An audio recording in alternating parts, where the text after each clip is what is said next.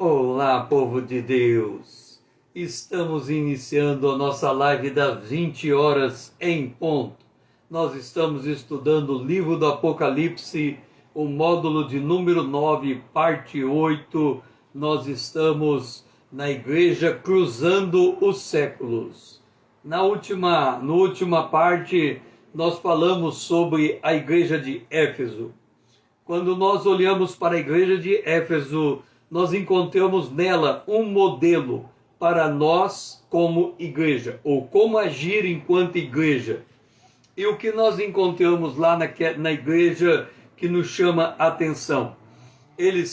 Os discípulos receberam a incumbência para ir por todo mundo pregando o evangelho. A incumbência deles é a nossa também.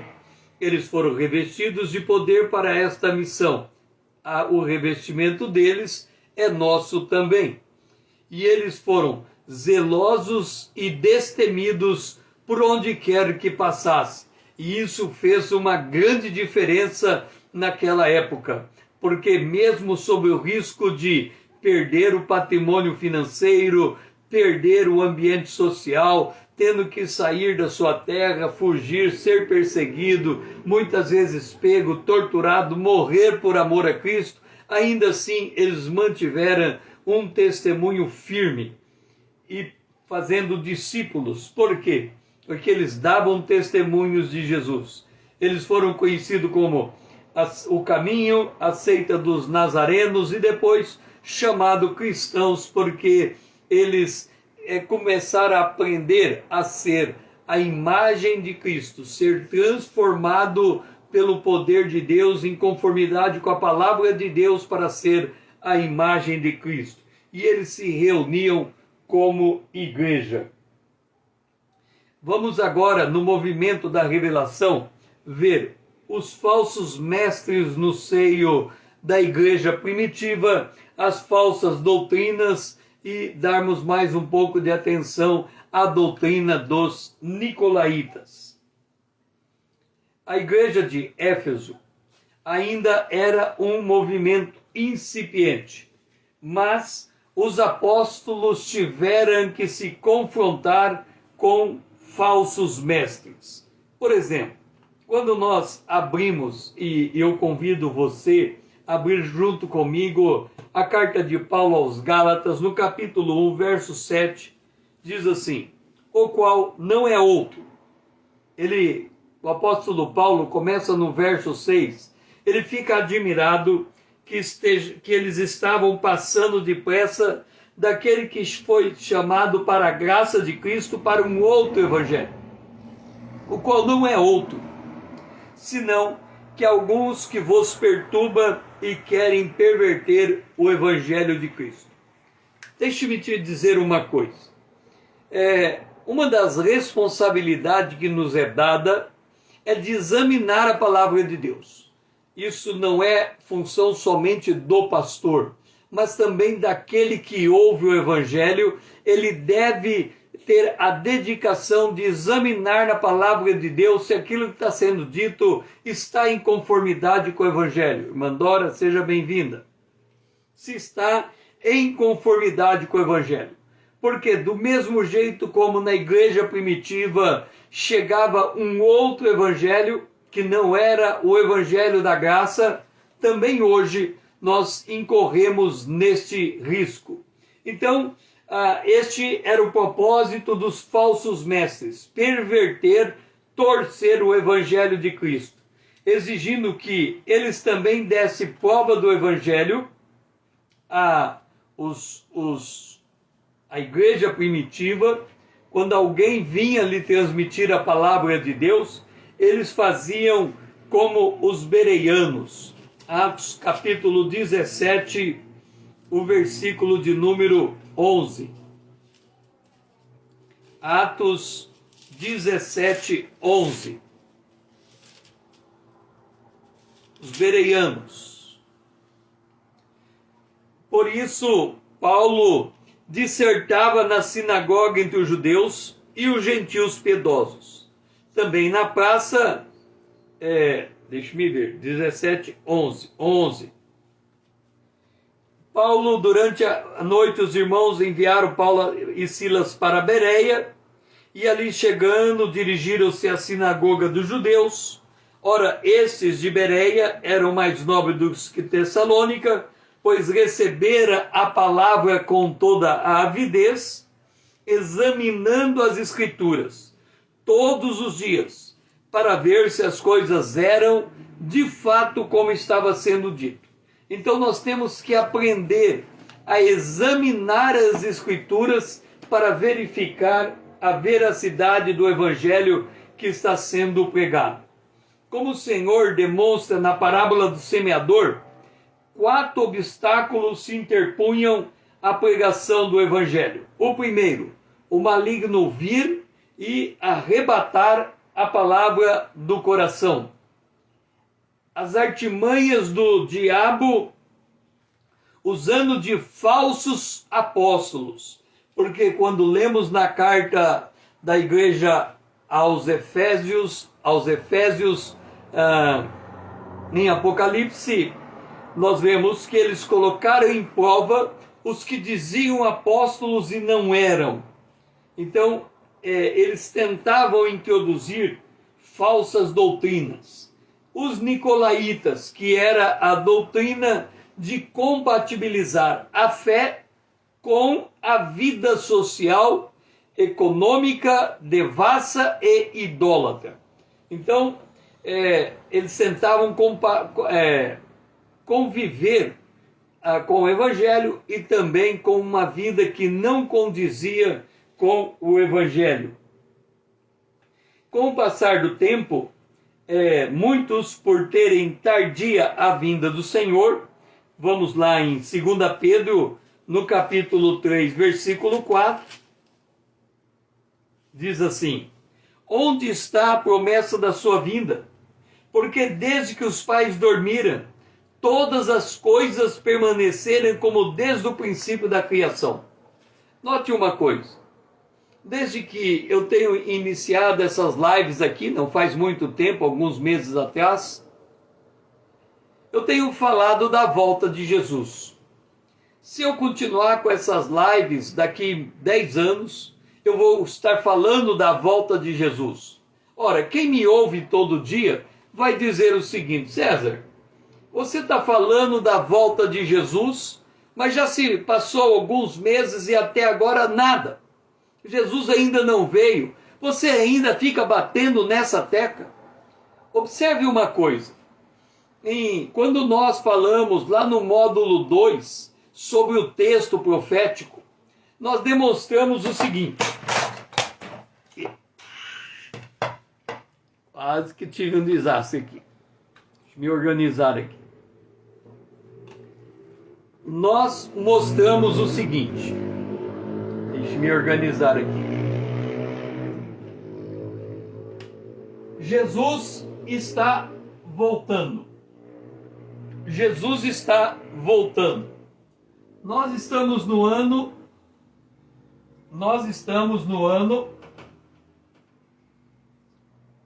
2021. 2021. Jesus ainda não voltou. Aqui está alguém na igreja primitiva, o apóstolo Paulo. Vamos dizer que o apóstolo Paulo viveu uns 50 anos. Paulo viveu uns 50 anos. Então, do 0 aos 50 anos. Jesus não voltou. E assim, alguém aqui viveu 80 anos. Jesus não voltou. Alguém aqui viveu, tem gente que consegue chegar lá, 120 anos. Jesus não voltou. O que nós temos colocado? É que quando este aqui morreu,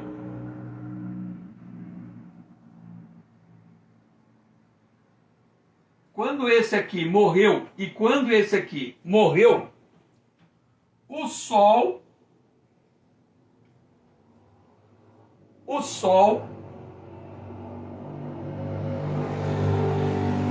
parou de girar. Eles passaram a dormir.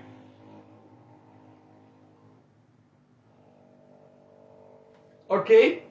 Então, todo aquele que morre em Cristo Jesus, ele está dormindo.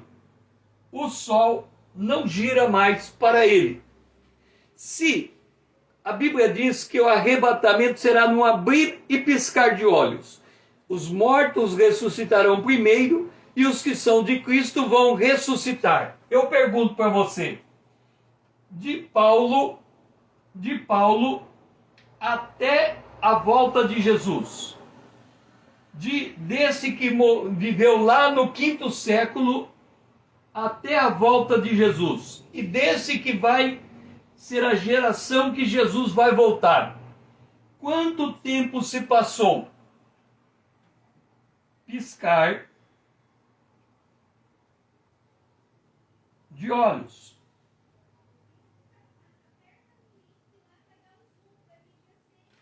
O que significa isso? Significa dizer que a volta de Jesus está equidistante de todo ser humano. Porque se ele morrer, num abrir e piscar de olho, Jesus voltou.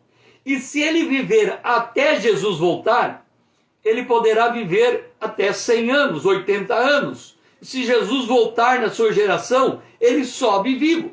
Então, a idade é relativa. Hoje, a pandemia, ela está diminuindo a idade média dos viventes.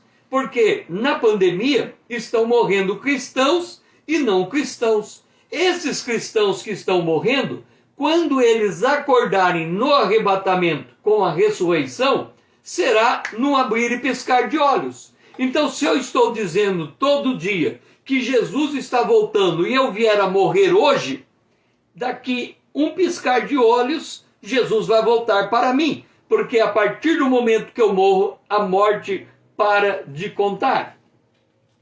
É por isto que muitos têm por tardio, porque eles olham este horizonte, 2221. E aí eles dizem, se Jesus já passou 2221 anos, Jesus não voltou, vai demorar.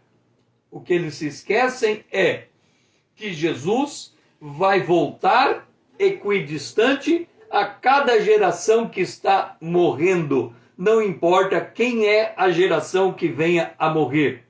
E pode ser na nossa geração em vida. Jesus está voltando. Um outro detalhe que chama atenção quando se fala em demorar para voltar é o que nós encontramos em 2 Timóteo, capítulo 4, versículo 10. Paulo fala acerca de Demas e ele diz: porque Demas, tendo abandonado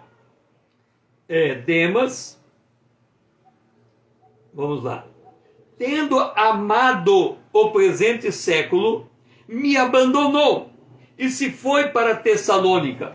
Lembra dos 4 caminhos, dos 4 terrenos? À beira do caminho, Demas amou o presente século.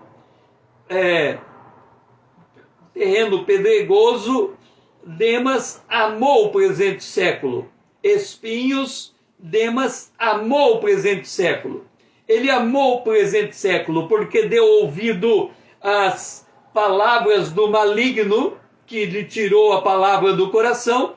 Ele amou o presente século porque ele não suportou a angústia e a perseguição que poderia trazer morte. Ele preferiu continuar vivendo. E ele amou o presente século pelos cuidados da vida e pela fascinação da riqueza. Deixe-me colocar um detalhe importante sobre a fascinação da vida e os cuidados da riqueza. Muita gente, quando fala acerca da volta de Jesus, e ele diz, Jesus está demorando para voltar, ele pensa assim, ora, se Jesus está demorando para voltar, eu preciso cuidar da vida. Eu preciso sustentar minha família. Eu preciso ter uma formação profissional. eu preciso me especializar, eu preciso ter o ganha-pão. E ele entende, ou do outro lado, eu preciso empreender, eu preciso gerar emprego, eu preciso lançar um novo produto. Então, estas pessoas entendem que há uma contraposição entre andar com Deus e cuidar das coisas desse mundo. Deixe-me dizer uma coisa. Quando a gente abre a Bíblia, em Gênesis, capítulo 5, nós encontramos um homem que andou com Deus. O nome dele é Enoque. Enoque andou com Deus e Deus o tomou para si. Tomar para si significa ser arrebatado. Olha o que aconteceu. Todos os dias de Enoque viveu 65 anos e gerou a Metusalém. Andou Enoque com Deus e depois que gerou a Metusalém, viveu 300 anos. Ok. Aqui diz, andou Enoque com Deus e já não era, porque Deus o tomou para si. Todos os dias de Enoque foram 365 anos. Então vamos considerar a vida de Enoque. Ele andou com Deus, Deus se agradou dele e Deus o arrebatou. Esta é a posição da última geração. A última geração não vai morrer, ela vai ser arrebatada. Ok, vou me colocar aqui, ou você se coloca aí. O que é mais fácil para nós hoje?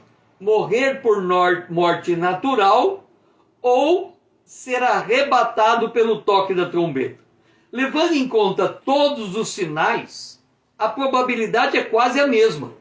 Nós tanto podemos morrer de morte natural, como no minuto seguinte a esse que eu estou falando, nós podemos ser arrebatados, porque a vinda de Jesus está muito perto.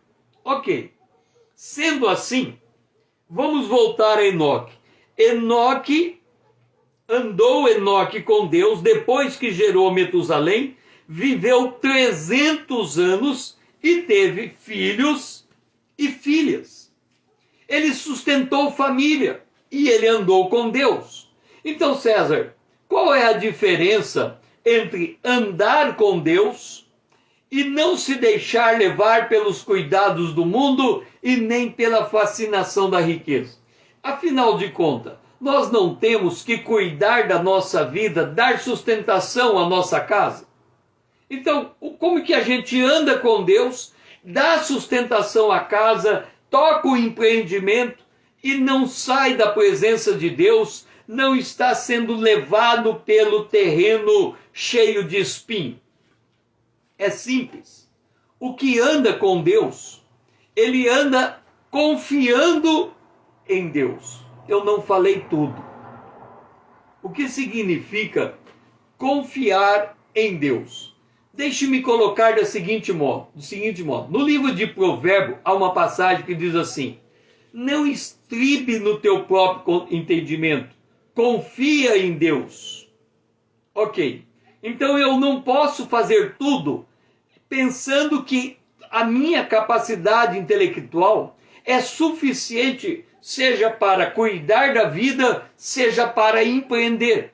Eu preciso de sabedoria que vem de Deus. Então, quando eu ando com Deus, eu estou dizendo que eu vou cuidar da minha vida com Deus ao meu lado, ou eu vou empreender com Deus ao meu lado. Significa que Deus vai me ajudar, vai me orientar, vai me guiar, vai me dar sabedoria, eu vou aprender a esperar nele. Então eu vou viver o meu dia a dia interagindo com o meu Deus, ligado com ele em oração, ligado com ele em orientação, usando da Bíblia para que ela me dê orientação. Então, quando eu faço essas coisas, eu não vou ter o comportamento de Demas.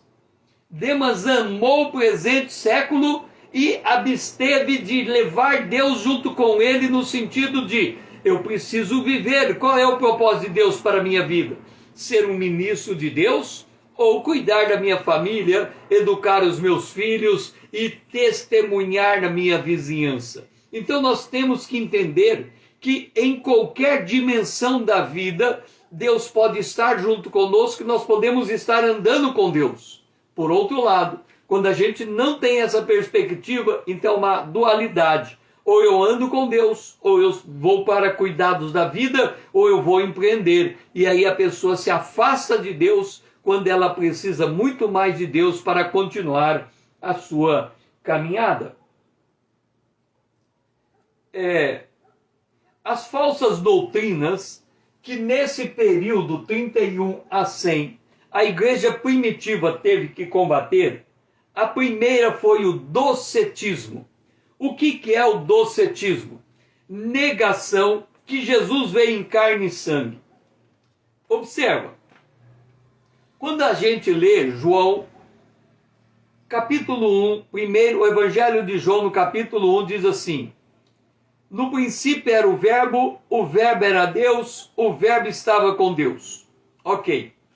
Então, quem é Jesus?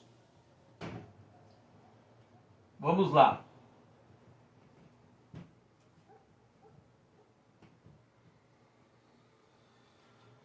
Quem é Jesus?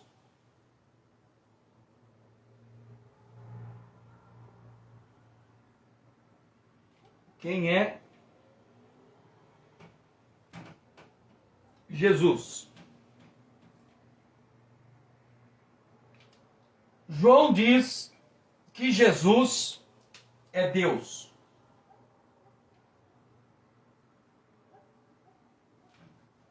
No princípio era o verbo estava com Deus e o verbo era Deus. Depois João diz assim: nós vimos a sua glória, o verbo se fez carne. Jesus era homem. Jesus era Deus e Jesus era homem. Só que aqui, ser homem tem um drama. Qual é o drama? É que nós, homens, somos corruptos por natureza. E Deus, ele é puro. Então, como que pode Jesus ser homem e ser puro ao mesmo tempo? Aí eles dizem, Jesus não é homem. Ele tem uma aparência de homem, ele tem um formato de homem, mas ele não recebeu o corpo humano. Porque se ele tivesse recebido o corpo humano, ele não poderia se fazer homem, ou Deus ser homem. Então, eles entendiam, o docetismo, que Jesus era uma aparição. Alguém que toma uma forma humana, mas ele não se faz homem. E aí, quando nós vamos para 1 João, no capítulo 4, nós encontramos o seguinte: nisso reconhecereis o Espírito de Deus.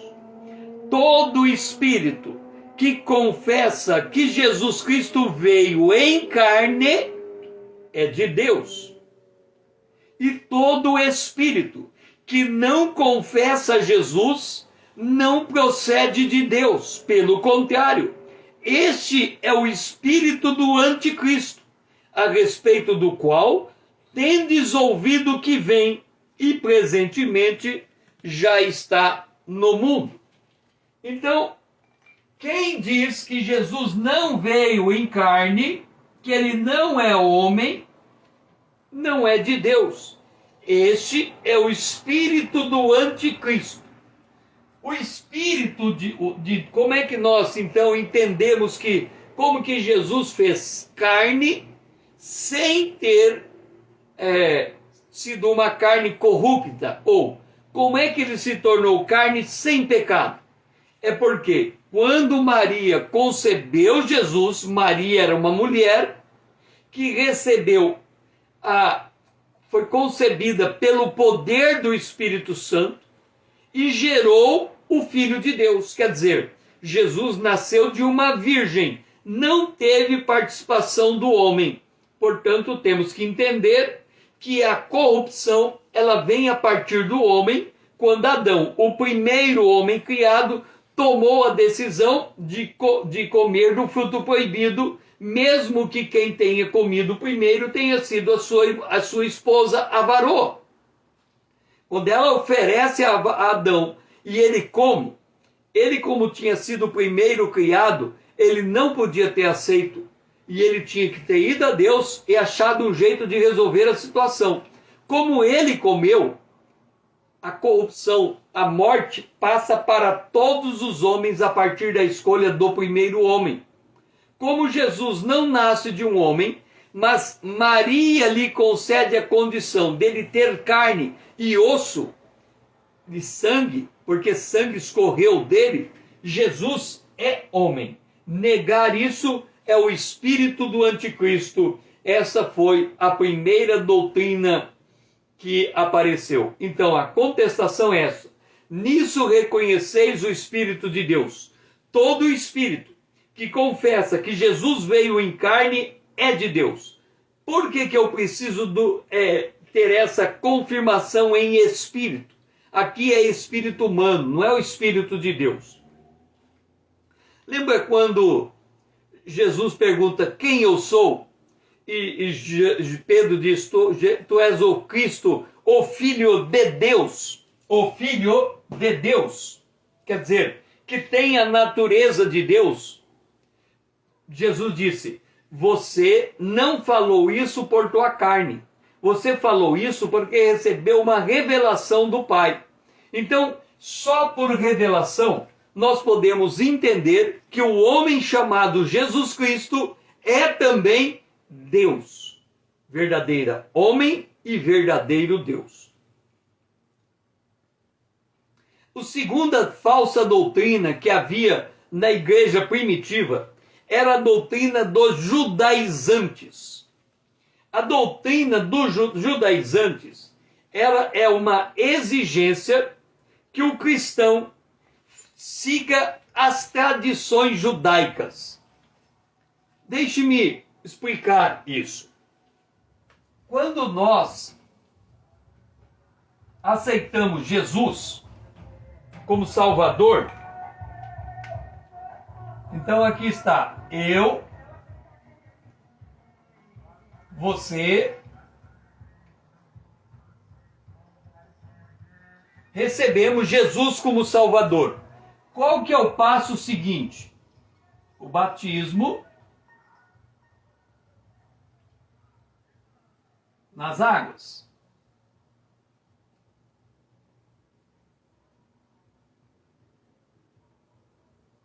Ok?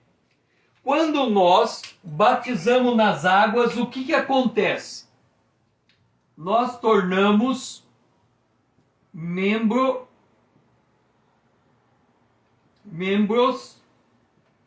da igreja local. Certo? A porta de entrada da igreja local é o batismo das águas. O que é o batismo das águas? A confissão que nós recebemos Jesus.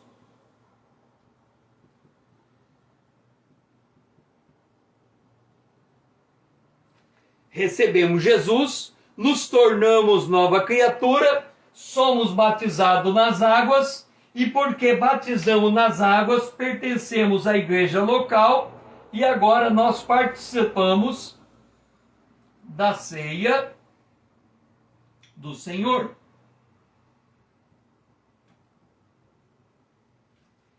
E assim segue a vida cristã. Porque a ceia do Senhor, ela vai acontecendo uma vez ao mês, na maioria das igrejas, como memorial, lembrando a volta do Senhor e discernindo que nós somos o corpo de Cristo. Ou seja, que nós temos o Espírito Santo. E somos corpo de Cristo. Ok? Isto é a essência da vida cristã. Eu aceitei Jesus, tenho que ser batizado nas águas. Quem crer e for batizado será salvo. Ser batizado nas águas é dar o testemunho diante de uma igreja local que eu recebi Jesus como Salvador. E assim, entrando nessa igreja local, como uma congregação, como uma grande família, participo do banquete, que é o pão e o vinho, a ceia do Senhor, porque somos membros do corpo de Cristo, em que Cristo é o cabeça. Ok? Ok. O que os judaizantes vinham e diziam? Não. Essa história do batismo está errada. Você precisa circuncidar.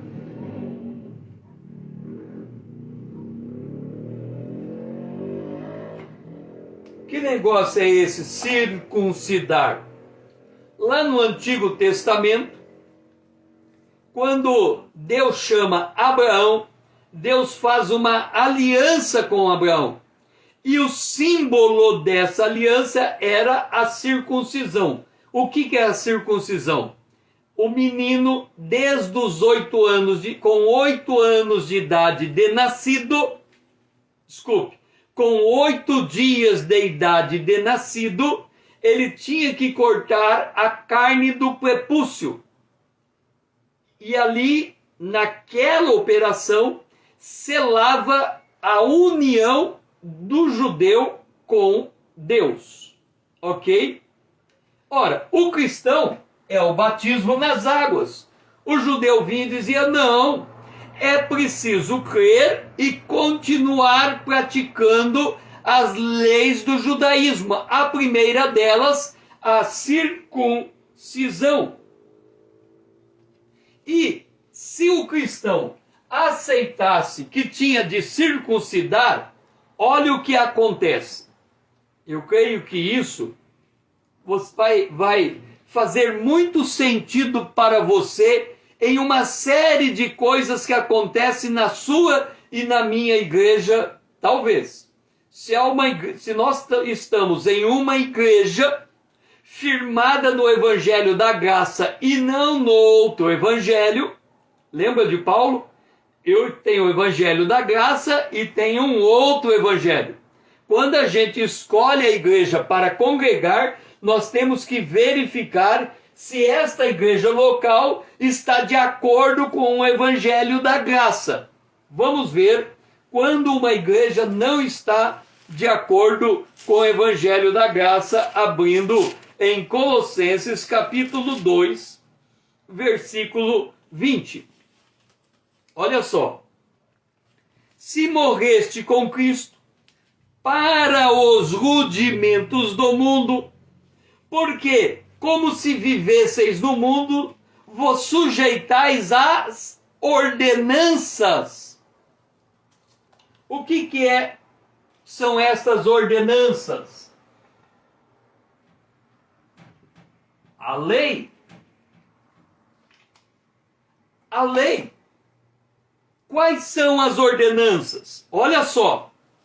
Não manuseie isto, não prove aquilo, não toque naquilo outro, segundo os preceitos e doutrinas dos homens.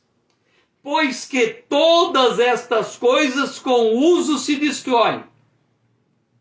Tais coisas, com efeito, têm aparência de sabedoria, como o culto de si mesmo, e de falsa humildade, e de rigor ascético. Todavia, não tem valor algum contra a sexualidade, a sensualidade.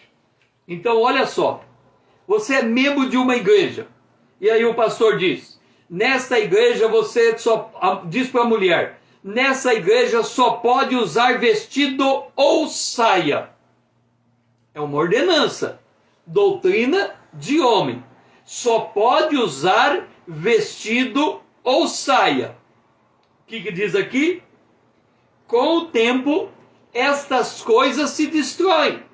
Quer dizer, a saia e o vestido, com o passar do tempo, ela perde a sua, ela estraga e você joga fora. O fato de vestir vestido e saia não torna a pessoa mais espiritual, mas em determinadas igrejas esta é uma doutrina humana, uma doutrina imposta de uso e costume. Tem igreja que diz assim: o homem tem que fazer a barba, ou o homem tem que deixar a barba por fazer. Doutrina de homem. O homem só pode estar no púlpito de terno e gravata e paletó. Quer dizer, há uma doutrina de uma maneira, ou uma igreja vai falar: não, o sacerdote tem que vestir uma batina.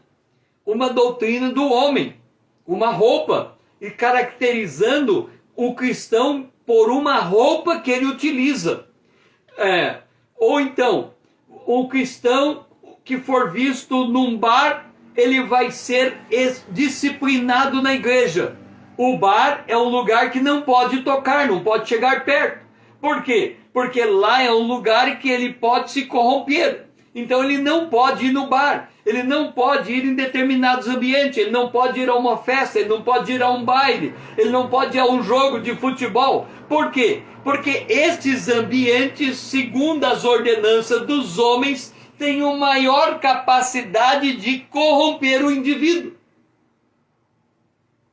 Observa, lembra do cuidado da vida e do fascinação da riqueza?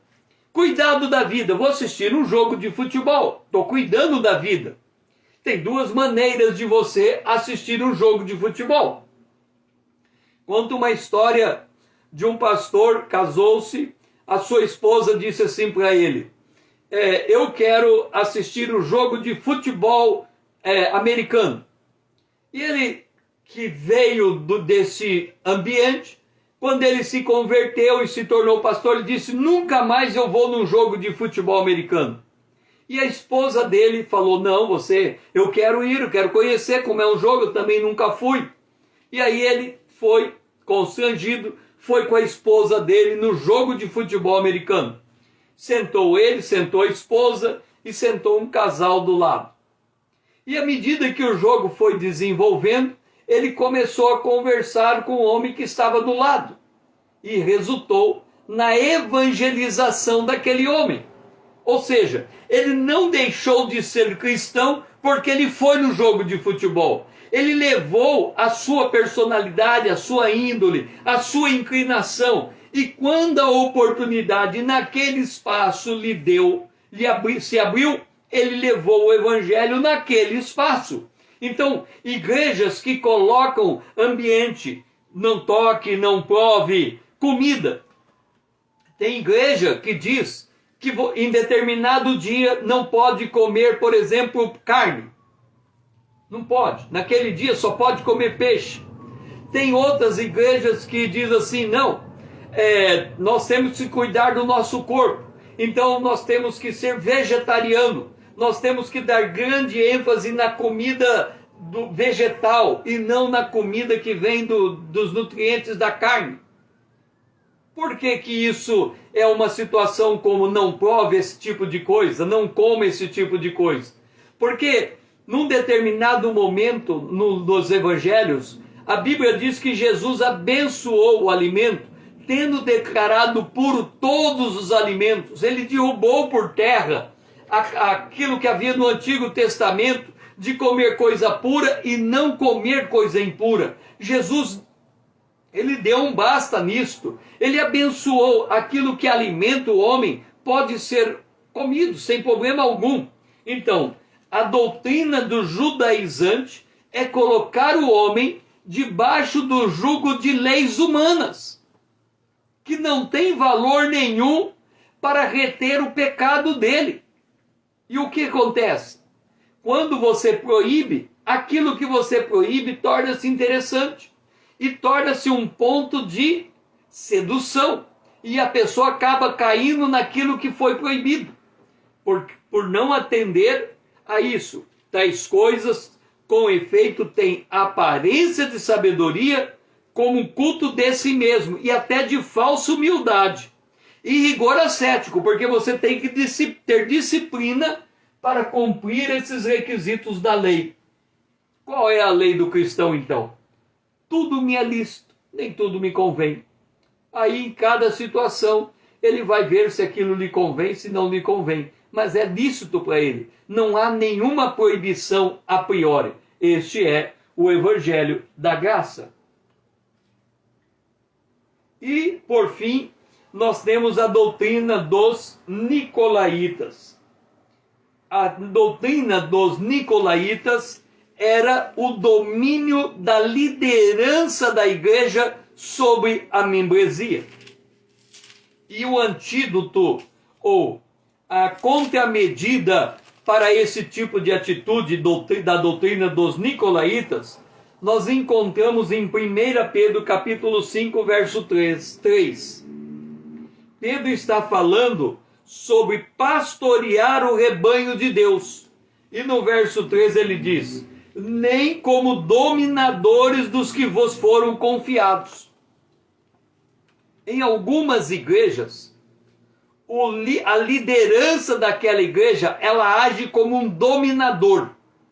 Ele quer impor sobre você um estilo de vida, uma maneira de viver, uma maneira de comportar, uma maneira de atuar, uma maneira de ensinar. E se não for em conformidade com aquilo que ele disse, você está em maus lençóis nessa igreja. É um domínio segundo os mandamentos do homem, e não como um modelo de Cristo.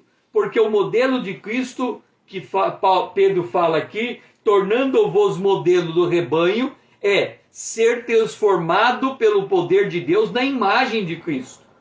Isso é diferente de impor uma liderança baseada no faça, deixe de fazer, é do meu jeito, é assim que faz, e eu não aceito coisa diferente disso. Essas eram as falsas doutrinas.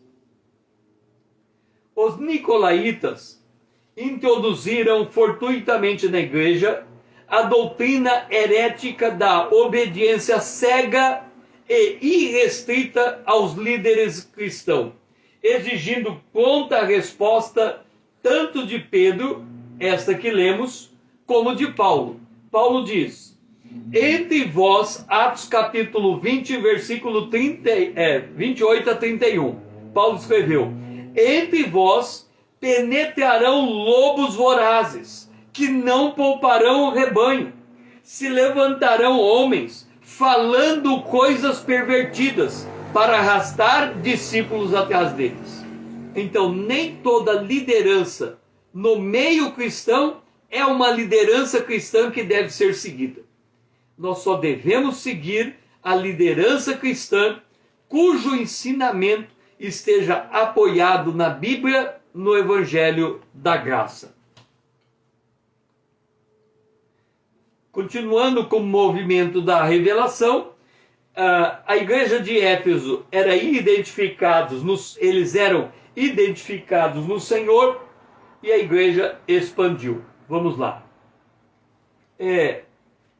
Em meio ao cenário de angústia, perseguição e provações que aquela igreja passava, como é que o Senhor se apresentou à igreja de Éfeso? Nós já colocamos isso. Vamos lá. Como o Senhor se apresentou na igreja de Éfeso. Lembra que quando no capítulo 1 Jesus se apresenta a João. João estava olhando para o lado de cá, ele ouviu uma voz, ele se voltou para ver, e quando ele se voltou, ele encontrou 1, 2, 3, 4, 5, 6, 7 candeeiros. Na verdade, o candeeiro, né? Ele tem 7 hastes.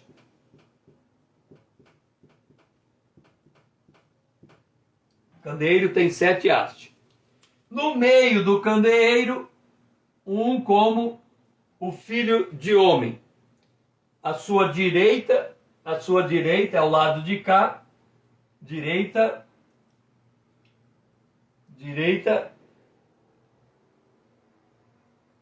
3, 4, 5, 6, 7 estrelas. Aí. Esta era a visão da primeira igreja. Ela enxergar a igreja local, a igreja mundial, a igreja universal. Eles conseguiam ver a igreja local e a igreja universal. A igreja que estava ali em Éfeso, as 7 igrejas do Apocalipse e aqueles que morreram e estão com Cristo, a igreja invisível. Jesus se apresentou desta maneira, ou seja, ele é o cabeça de uma igreja que estava sendo perseguida e passando por muitas provações. Sabendo que o Senhor sustenta todas as coisas pela palavra do seu poder, Hebreus capítulo 1, versículo 3, ele disse: eu vou edificar a minha igreja, as portas do inferno não prevalecerão contra ela. Mateus 16, 18. Nós já colocamos que a porta do inferno, que é o Hades, é o mundo dos mortos. É o mundo dos mortos.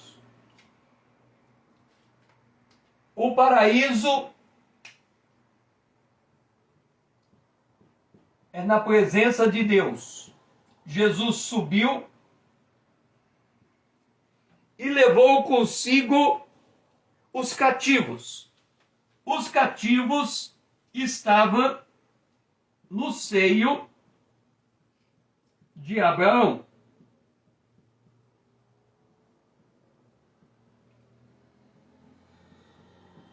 O seio de Abraão e o Hades é no interior, no centro da terra.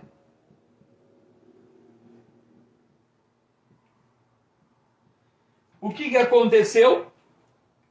Quando Jesus morreu e ressuscitou, ele pegou todos que estavam no seio de Abraão, que são os cativos, e levou com ele para a presença de Deus. Então, quando Jesus disse: as portas do inferno não prevalecerão contra a igreja, ele diz: ser fiel até a morte, que você vai receber a coroa da vida.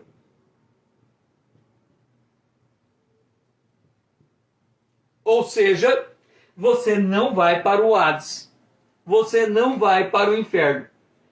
Isto significa: as portas do inferno não prevalecerão. Significa, se você crê, ainda que você venha morrer, você vai ressuscitar. Esta é a ideia da igreja. Então, você pode cantar este cântico. E no tempo de hoje, de pandemia, onde nós estamos perdendo muito dos nossos amados, convém nós lembrarmos desse hino.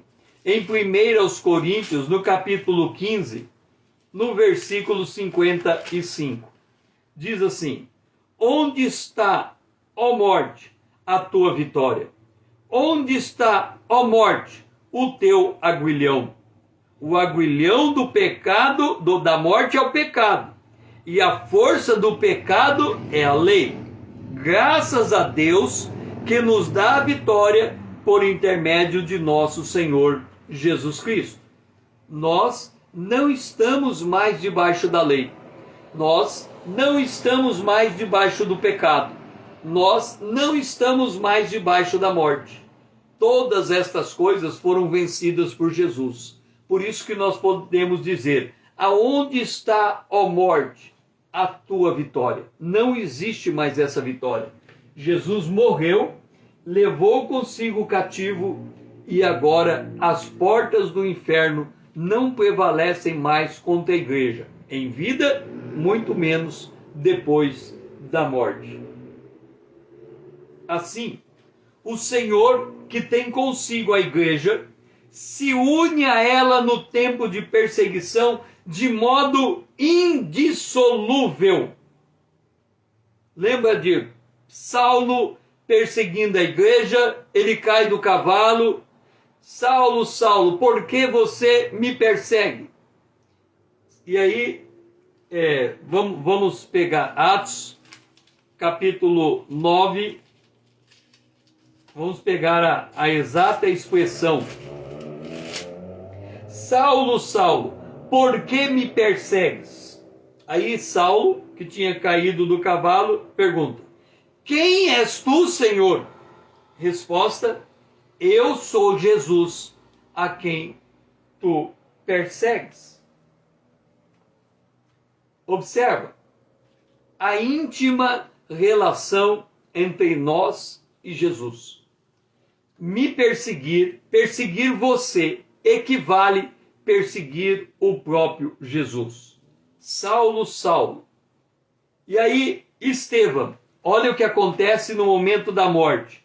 Atos capítulo 7, versículo 59, Estevão está sendo apedrejado. E apedrejaram Estevão, que invocava e dizia: Senhor Jesus, recebe o meu espírito. Então, ajoelhando-se, clamou em alta voz: Senhor, não lhe impute este pecado. Com essas palavras, adormeceu.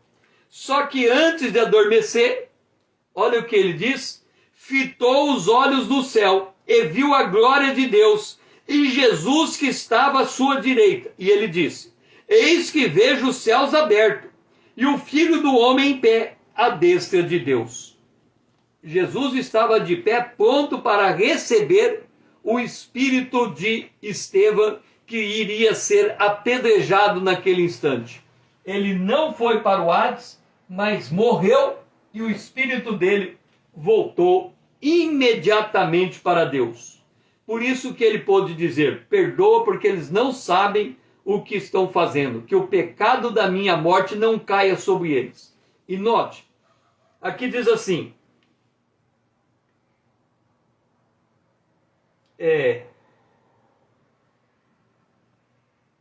e Saulo consentia na sua morte.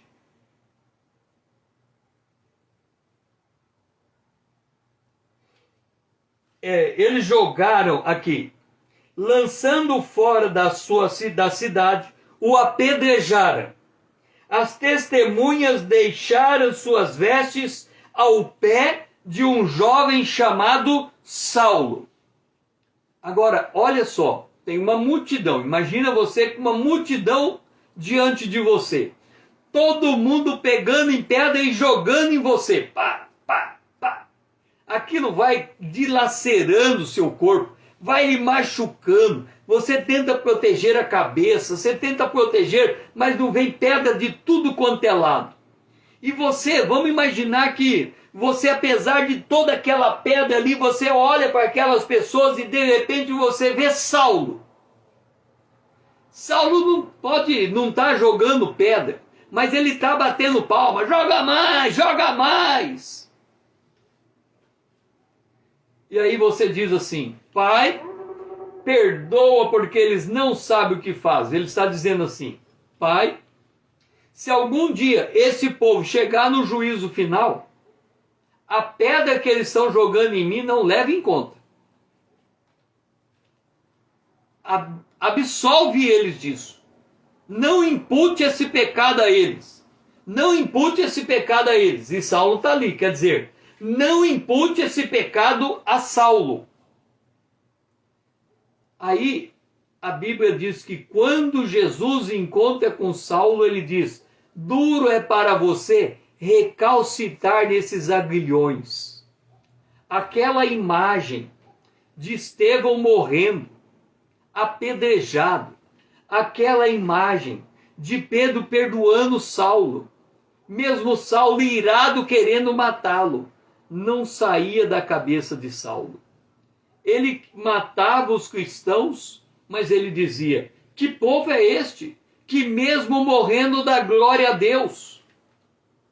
E aquilo abriu o caminho da conversão de Saulo.